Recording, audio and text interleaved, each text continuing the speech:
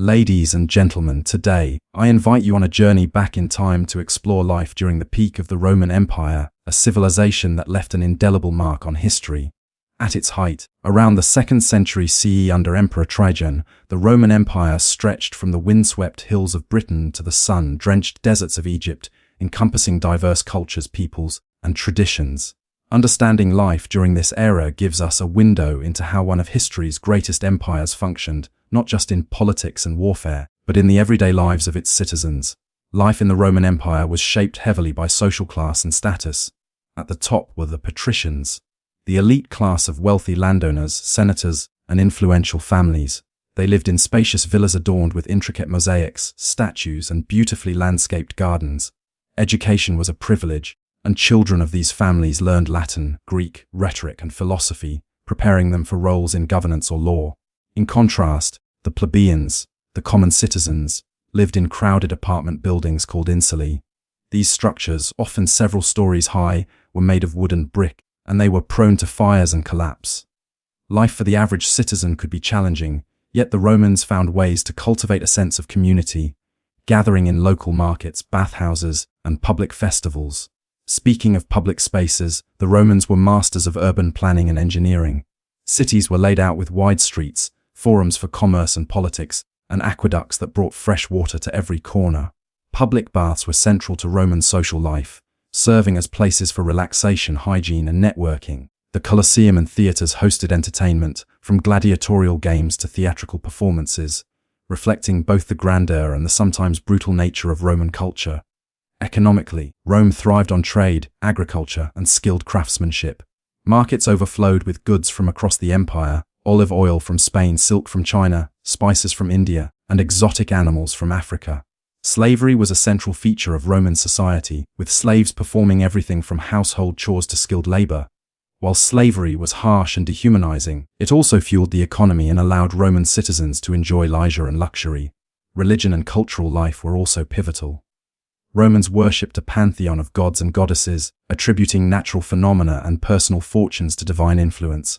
Festivals, sacrifices, and temple ceremonies were common and reflected a deep integration of religion into daily life. Entertainment was not only for leisure but also for reinforcing social values, political messages, and communal identity. However, life in the empire was not without its challenges. Disease, crime, and political unrest were realities that many faced. The gap between the rich and poor was significant, and while Rome could be a city of wonder, it could also be a city of struggle. Yet, the Romans were remarkably resilient. They developed laws, engineering marvels, and social institutions that allowed them to sustain one of the largest and most sophisticated empires in history. In conclusion, life during the peak of the Roman Empire was a tapestry of contrasts: wealth and poverty, luxury and labor, entertainment and discipline, faith and superstition. It was a society that celebrated human ingenuity while grappling with human flaws. By studying the lives of those who lived in ancient Rome, we gain insight not only into the past but also into the foundations of modern civilization, from law and governance to architecture and culture. During the peak of the Roman Empire, society was meticulously organized into distinct social classes, each with its own roles, privileges, and expectations. The Roman social hierarchy was complex and multifaceted, shaped by centuries of tradition, political evolution, and economic development. At the apex of this hierarchy were the Patricians, the elite class whose lineage often traced back to the earliest days of Rome. Patricians were typically wealthy landowners who held significant political power, controlled large estates, and influenced both local and imperial decisions. Their status was not merely a reflection of their wealth, but also of their ancestry, which connected them to Rome's foundational families and its early senators. The influence of the Patricians permeated every aspect of Roman life, from the legal framework to cultural norms, and their actions often set standards for the rest of society. They enjoyed luxuries that were unimaginable to the lower classes, residing in spacious villas that boasted intricate mosaics, frescoes, and elaborate gardens. These homes were designed not only for comfort but also to demonstrate wealth, taste, and social standing. Within these villas, patrician families maintained a household of not just immediate family members, but also extended relatives and numerous slaves who managed the domestic affairs. Children of patrician families were provided with an education that emphasized rhetoric, philosophy, literature, and law, preparing them for future roles in governance, military leadership, or administration. Tutors often instructed them in Greek as well as Latin, reflecting the high regard Romans had for Greek culture and knowledge. The education of patrician children extended beyond mere academic learning. It was intended to cultivate virtue, public speaking skills, and moral judgment, all of which were considered essential for leadership in the empire. Below the patricians were the plebeians, the common citizens of Rome, who formed the backbone of the empire's population. Plebeians came from diverse economic backgrounds. Some were prosperous artisans, merchants, or farmers, while others struggled with poverty and insecurity. Unlike the patricians, plebeians had limited political influence in the early republic, but over time, they gained representation through the establishment of the office of the tribune of the plebs and other legal reforms that sought to balance the power between classes. Plebeians typically lived in apartment buildings called insulae, which were often several stories high and constructed from wood and brick. These structures were crowded and prone to hazards such as fires, structural collapse, and poor sanitation. Despite these challenges, the insulae were vibrant centers of urban life, filled with families, shops, and workshops. Life for plebeians revolved around work, family obligations, and participation in the communal aspects of city life. Markets were bustling hubs where plebeians traded goods, socialized, and stayed informed about local events. Public baths offered not only hygiene but also a chance to meet friends, engage in conversation, and conduct business. Festivals, religious ceremonies, and theatrical performances provided necessary leisure and a sense of shared cultural identity. Family life among the plebeians was central to their social structure. The Roman family, or familia, was typically patriarchal, with the paterfamilias, or male head of the household, exercising authority over children, wives, and sometimes even adult sons. The paterfamilias controlled property, made decisions regarding marriage and career paths for family members, and represented the household in public affairs. Within this system, women were largely responsible for managing domestic duties, raising children, and maintaining household stability. While their legal rights were limited compared to men, women of both plebeian and patrician families could exert influence within the family and, in some cases, the wider community, especially through religious roles or social networks. Slavery was another defining element of Roman social life. Slaves formed a significant portion of the population, serving in households, farms, workshops, mines, and public institutions. The life of a slave could vary drastically depending on their role, skills, and the disposition of their owner. Household slaves often had better living conditions and could learn skills that might allow them to gain freedom eventually. In contrast, those forced to work in mines or fields faced brutal conditions, long hours, and minimal prospects for freedom.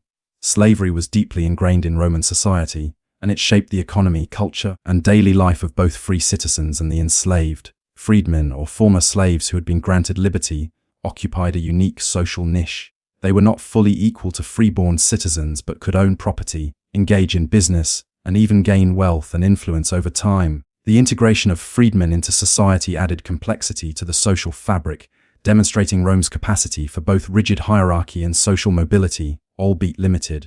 Daily routines in Rome were closely tied to social class, economic responsibilities, and cultural expectations.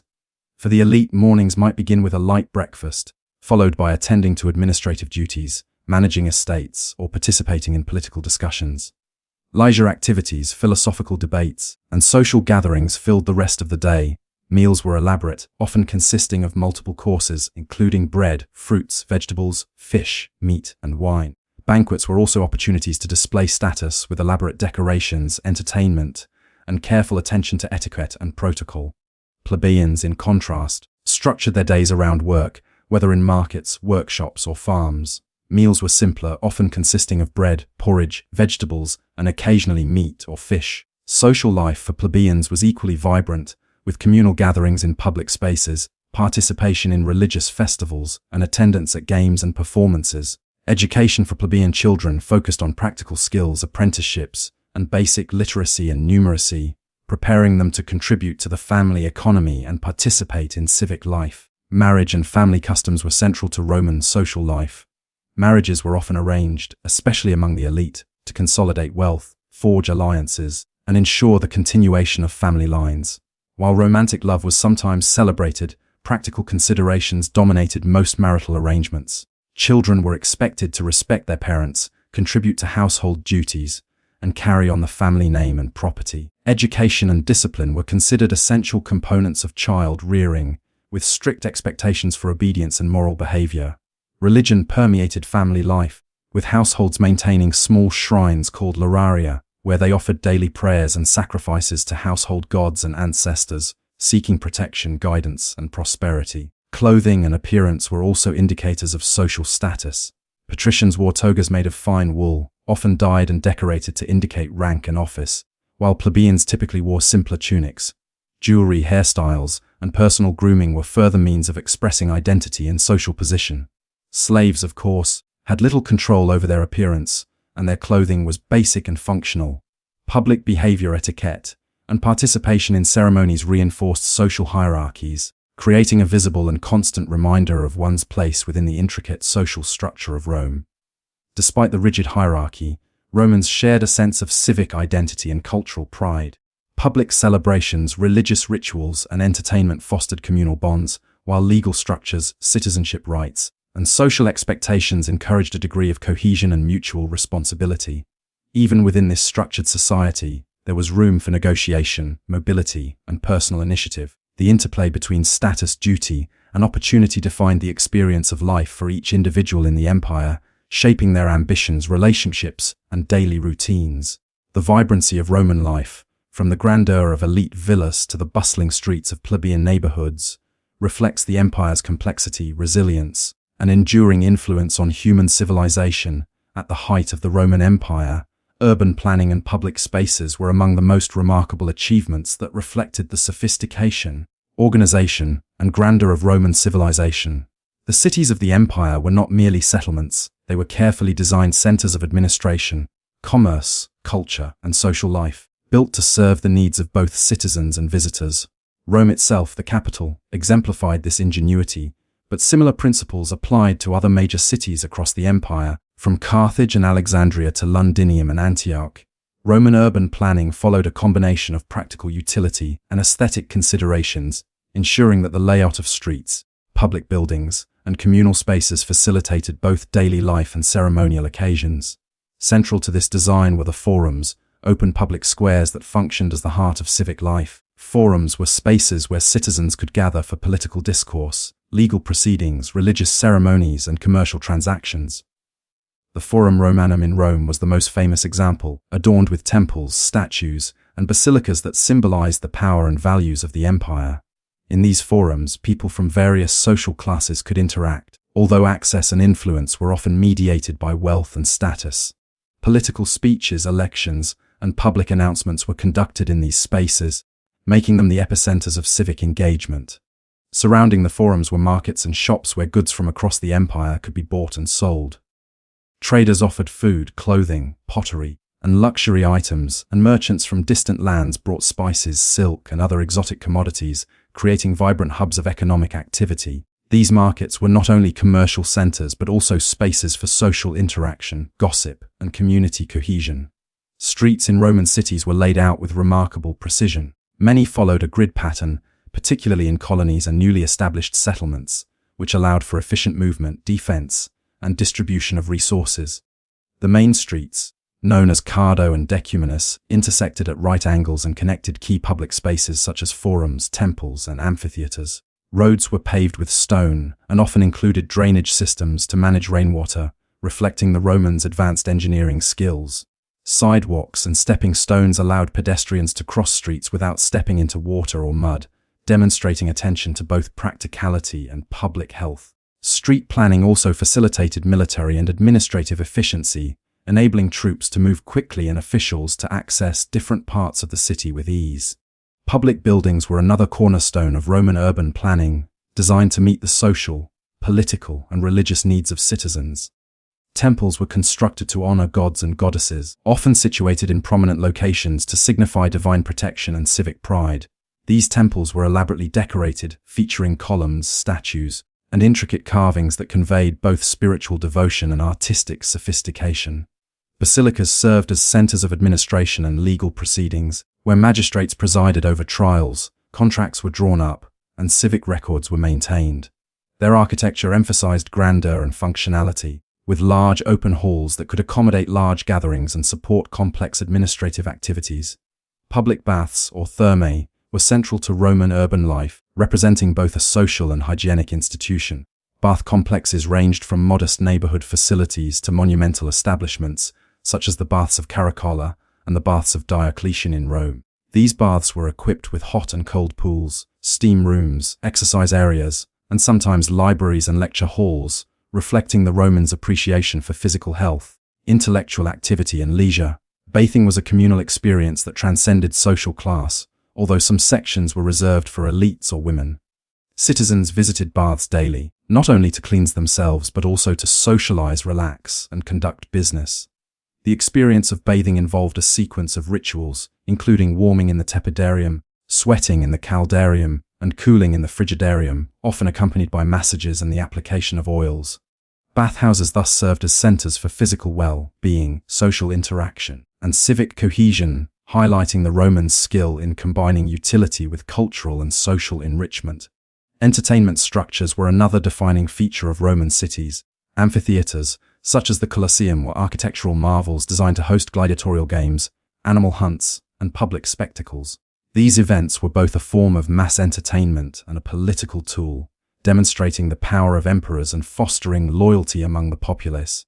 The design of amphitheaters included carefully tiered seating to accommodate thousands of spectators, advanced engineering for staging events, and mechanisms for introducing animals, scenery, and performers into the arena. Theaters complemented these venues by hosting dramatic performances, musical recitals, and poetic readings, reflecting the Romans' appreciation for the arts and their desire to educate, entertain, and morally instruct citizens through performance. Public entertainment was deeply tied to civic identity, reinforcing communal values, social norms, and allegiance to the state. Festivals, games, and religious ceremonies were often held in conjunction with these spaces, creating a rhythm of life that intertwined leisure, devotion, and public spectacle. Water management and infrastructure were critical elements of Roman urban planning. Aqueducts transported fresh water from distant sources to cities, ensuring a reliable supply for drinking, bathing, irrigation, and sanitation. Some aqueducts spanned dozens of miles, showcasing Roman engineering prowess, precise surveying skills, and understanding of hydraulics. Fountains, cisterns, and public baths distributed this water efficiently, providing both practical benefits and aesthetic pleasure.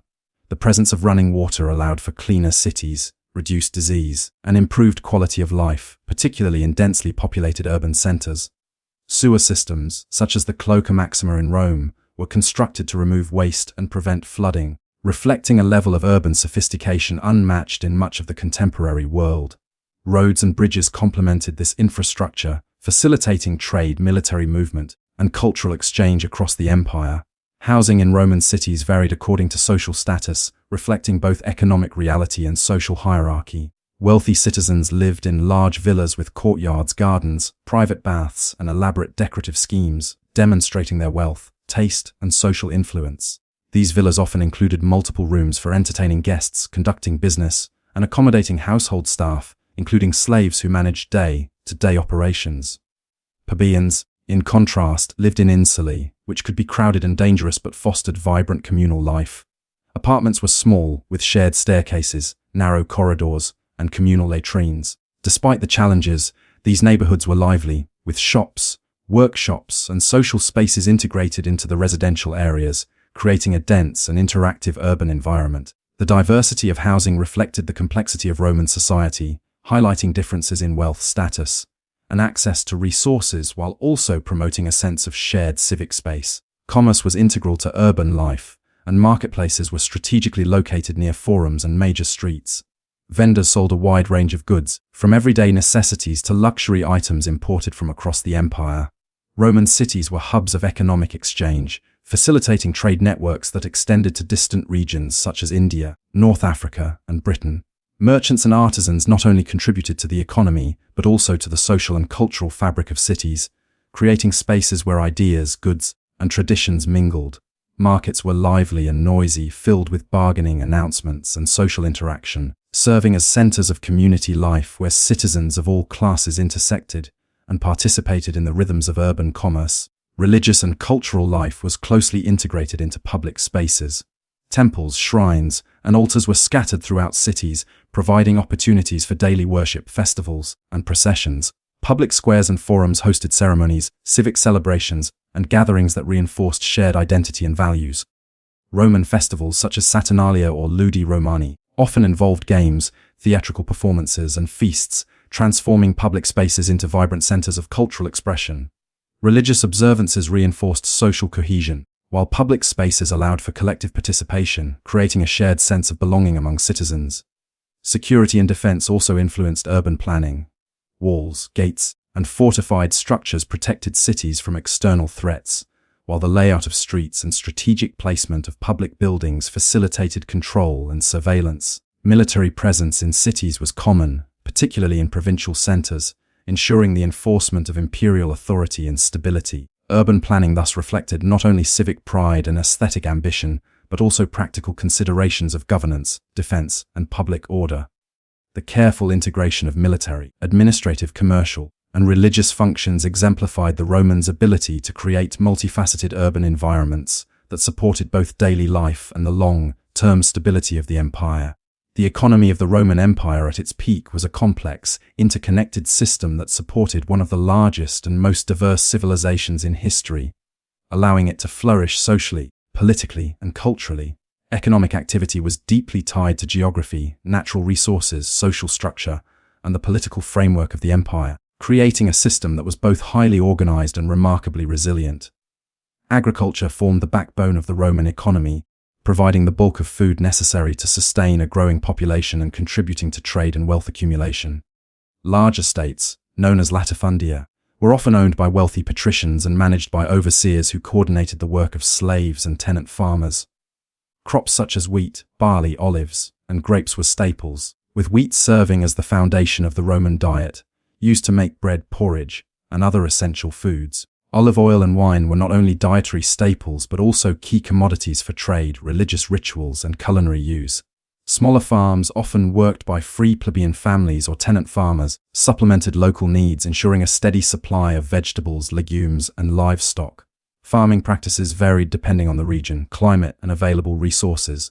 Irrigation, crop rotation, and the use of animal labor improved productivity, while vineyards, orchards, and olive groves contributed to regional specialization and trade. The reliance on agriculture meant that seasons, weather, and soil fertility had significant impacts on economic stability, influencing prices, labor demands, and the overall prosperity of the empire. Trade was another crucial pillar of the Roman economy, linking the vast territories of the empire and facilitating the exchange of goods, culture, and ideas. Rome's strategic location, extensive road networks, and control of the Mediterranean, often referred to as Mare Nostrum, or sea, enabled merchants to transport products efficiently across long distances. Markets in urban centers offered a wide array of goods, including locally produced items and imported luxuries. Spices from India, silk from China, glassware from Egypt, and precious metals from Africa and Europe reflected the empire's extensive trade connections. Ports such as Ostia, Alexandria, and Carthage were bustling hubs, handling enormous quantities of grain, oil, wine, and other commodities essential to feeding and sustaining urban populations.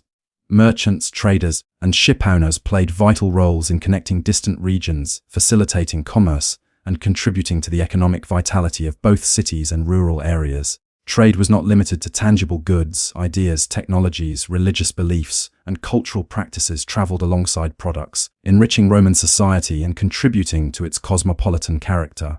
Labor in the Roman Empire was divided along lines of social class, wealth, and citizenship, and it played a central role in sustaining both the economy and the social hierarchy.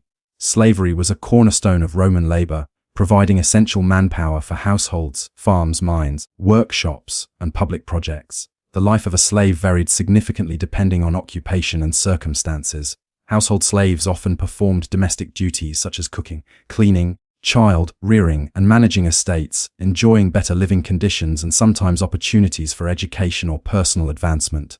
Skilled slaves, including artisans, teachers, accountants, and doctors, contributed significantly to the economic and cultural life of the empire.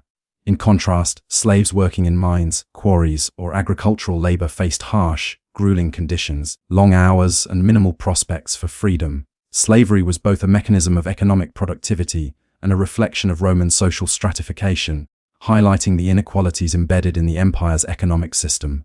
Freedmen, former slaves who had been granted liberty, occupied an intermediate social and economic position. They could engage in trade, own property, and sometimes achieve considerable wealth, while still remaining socially distinct from freeborn citizens.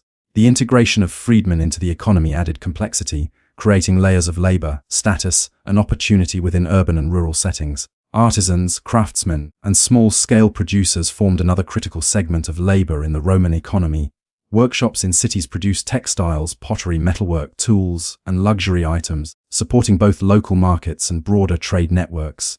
Skilled laborers, such as stonemasons, carpenters, and builders, contributed to monumental construction projects, including aqueducts, roads, theaters, temples, and villas.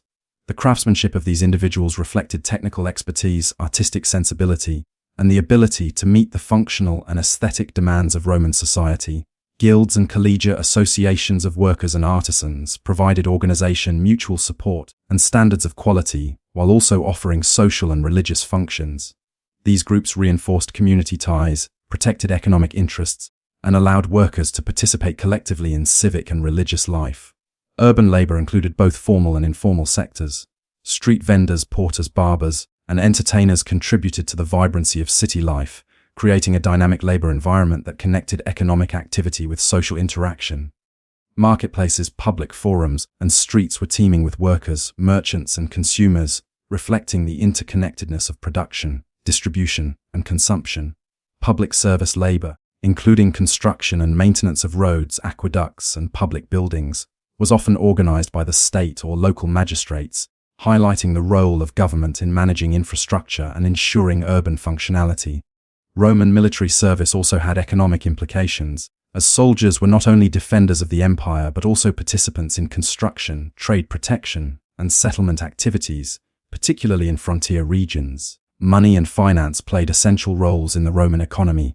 Coinage facilitated trade, taxation, and savings, with gold, silver, and bronze coins circulating widely. Banks and moneylenders provided credit, managed deposits, and facilitated large-scale commercial transactions.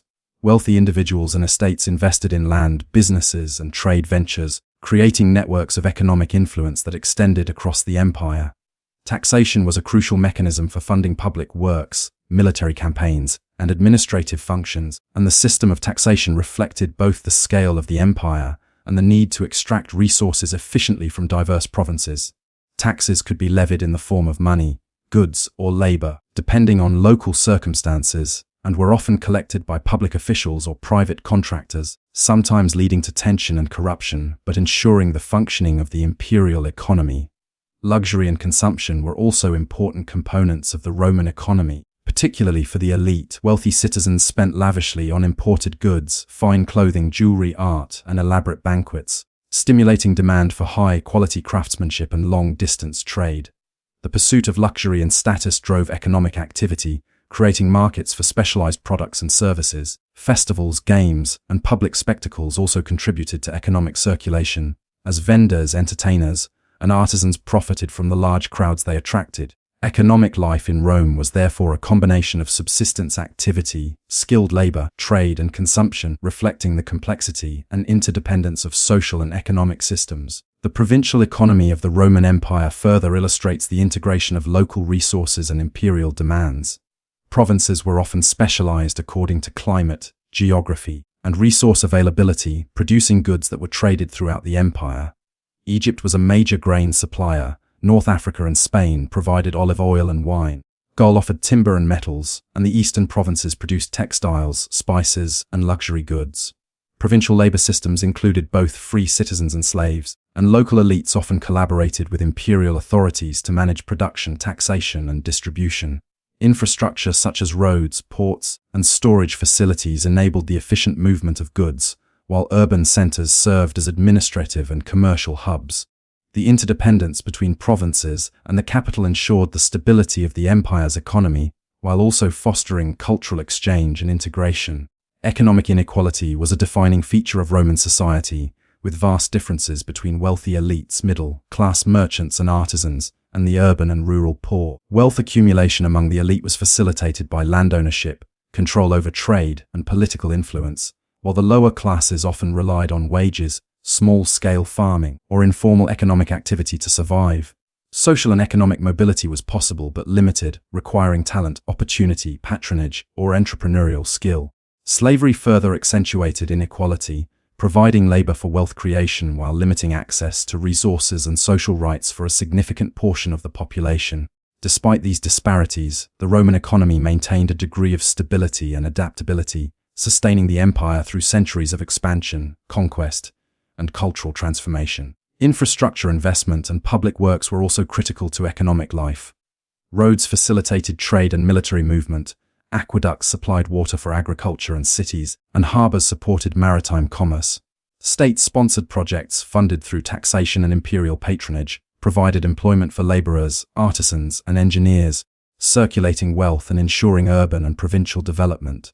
Monumental architecture, including temples, amphitheaters, and administrative buildings, not only symbolized imperial power but also stimulated economic activity by requiring materials, labor, and ongoing maintenance. In conclusion, the economy and labor systems of the Roman Empire were complex, multifaceted, and essential to its success. Agriculture, trade, craftsmanship, and slavery formed the foundation of economic activity, while money, finance, and infrastructure facilitated exchange and growth. Labor was stratified by class, skill, and citizenship, creating a dynamic and interdependent system that supported urban and provincial life. The interplay of wealth, status, consumption, and production reflected both the opportunities and inequalities inherent in Roman society, illustrating the empire's capacity for organization, innovation, and resilience in sustaining one of the greatest civilizations in history. The culture of the Roman Empire during its peak was a rich and diverse tapestry, reflecting the empire's vast geographic reach, multi-ethnic population, and centuries of political and social development. Roman culture encompassed art, literature, philosophy, architecture, language, religion, and entertainment, all of which shaped daily life and contributed to a shared sense of identity and civic pride. At the core of Roman cultural life was a deep appreciation for both tradition and adaptation, as Romans often borrowed and adapted elements from other civilizations, particularly the Greeks, Etruscans, and Egyptians, while simultaneously forging their own distinctive cultural identity. Roman art and architecture, for example, displayed both technical innovation and aesthetic sensibility. Public monuments, triumphal arches, temples, theaters, and amphitheaters demonstrated the empire's power, religious devotion, and commitment to civic life.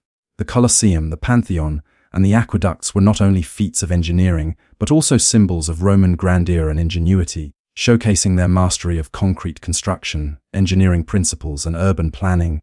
Residential architecture, including villas and urban homes, combined functionality with beauty, featuring mosaics, frescoes, gardens, and courtyards that reflected the status, wealth, and taste of the inhabitants. Artisans and craftsmen produced sculptures, paintings, pottery, and decorative items that adorned public and private spaces, communicating cultural ideals, historical narratives, and religious beliefs. Artistic expression was not limited to the elite. Public murals, reliefs, and smaller crafts reflected the daily lives, beliefs, and aspirations of ordinary citizens, integrating art into the fabric of urban and rural life. Literature and education played a central role in Roman cultural life, especially among the upper classes. Boys and girls of elite families were educated in Latin and Greek, studying poetry, rhetoric, philosophy, and history. Literary works by authors such as Virgil, Ovid, Horace, and Livy were widely read, memorized, and recited, influencing moral and civic values while providing entertainment and intellectual stimulation. Rhetoric, in particular, was considered essential for public life, enabling citizens to participate effectively in politics, law, and civic affairs. Oratory skills were cultivated from a young age, with tutors guiding students through debates, speeches, and the study of classical texts. Libraries and private collections of scrolls were prized possessions among the wealthy, while public readings and performances allowed wider access to literature and intellectual discourse. The spread of Roman education and language across the provinces also facilitated cultural cohesion, allowing ideas, values, and knowledge to circulate throughout the empire. Religion was intricately woven into the fabric of Roman life, influencing politics, social norms, family practices, and public ceremonies. The Romans practiced polytheism, worshipping a pantheon of gods and goddesses such as Jupiter, Juno, Mars, Venus, and Minerva, each associated with specific aspects of life, nature, and human activity. Religious rituals, Sacrifices, festivals, and temple ceremonies were not merely spiritual practices but also mechanisms for reinforcing social cohesion, civic responsibility, and political legitimacy. Public priests, magistrates, and officials often oversaw religious observances, linking the divine with governance, law, and civic duty. Household religion was equally important, with family shrines known as Lararia, dedicated to household gods and ancestors, where daily prayers and offerings were made to seek protection, guidance, and prosperity. Religious festivals, such as Saturnalia, Ludi Romani, and Floralia, combined worship with public entertainment, transforming urban spaces into centers of communal celebration. Temples, altars, and sacred sites were carefully maintained, reflecting both the spiritual devotion and civic pride of the community. Over time, new religious influences entered the empire, including mystery cults from the East and ultimately the rise of Christianity, introducing new practices and beliefs into Roman society, while interacting with long-standing traditions. Entertainment was a vital aspect of Roman culture, providing both amusement and opportunities for social and political engagement. Public spectacles, games, and performances were held in amphitheaters, theaters, circuses, and open spaces accessible to a wide range of social classes. Gladiatorial games, chariot races, theatrical performances, and mock naval battles attracted enormous crowds, creating shared experiences that reinforced collective identity and loyalty to the state. Gladiators, often slaves, prisoners, or volunteers seeking fame, were trained in specialized schools and became public figures admired for their skill, courage, and endurance. The Colosseum and Circus Maximus were architectural marvels designed to accommodate tens of thousands of spectators, with intricate seating arrangements reflecting social hierarchy and meticulous engineering to manage crowds, entrances, and the staging of events. These spectacles were also tools of political propaganda, allowing emperors and officials to display wealth, generosity, and authority, while simultaneously distracting citizens from political unrest or social tensions. Music, dance, and theater were integral to both public and private entertainment. Musical instruments, including flutes, lyres, and percussion, accompanied performances and ceremonies, while actors and dancers participated in dramatic and comedic plays, often inspired by Greek models but adapted to Roman tastes.